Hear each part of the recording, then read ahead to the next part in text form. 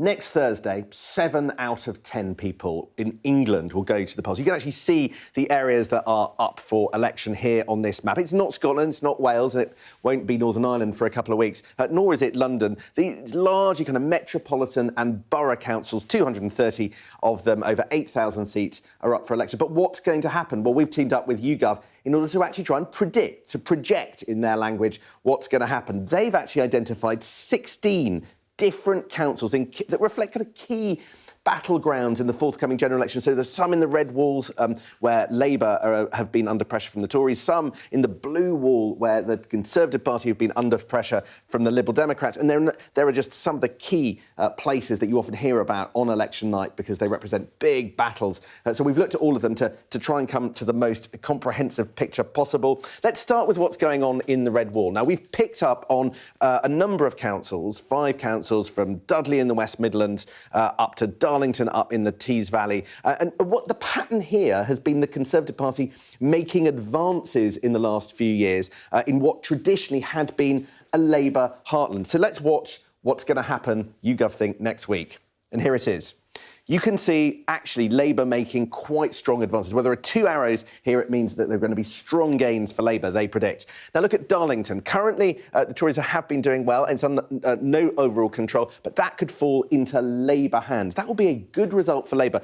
So the Tories are quite hopeful that some of the seats in the Tees Valley area might actually not fall to Labour because of the influence of the Tees Valley Mayor, Tory Ben Houchen, but that might not happen. You could see one of the Conservative councils, North East Lincolnshire, actually being lost. It's too close to call at the moment, but that suggests that actually it could fall out of Tory hands. Look at this Sunderland. It might not look like it's changing, but what the significance of Sunderland is that they had faced the Labour Party in Sunderland, quite a challenge from the Conservatives, but according to YouGov, not much to worry about next week, which I think is interesting. Keir Starmer will be pleased about that. Then there's the blue wall. Now, this is traditional Conservative heartland area. Look at the names here. Wokingham, that's, of course, Woking, John Woodward's constituency. Windsor, of course, you have not only the Queen, but Theresa May's backyard. This is the kind of area where the Conservatives should feel pretty safe. But after the last few years, British politics, nobody can feel completely safe. Let's look at what YouGov says will happen there. And actually, you can see it's a pretty grim picture for the Conservatives. They could lose Chichester. They could lose East Cambridgeshire. All the councils around there have fallen away from Conservative control and ended up in Liberal Democrat hands. Could that actually go Liberal Democrat this time? That YouGov say too close to call. And Theresa May's backyard, Windsor, that is leaning to no overall control. You can see the Liberal Democrats doing really quite well in places like Chichester and Windsor. So I think the Liberal Democrat story next week really shaping up to be something quite interesting.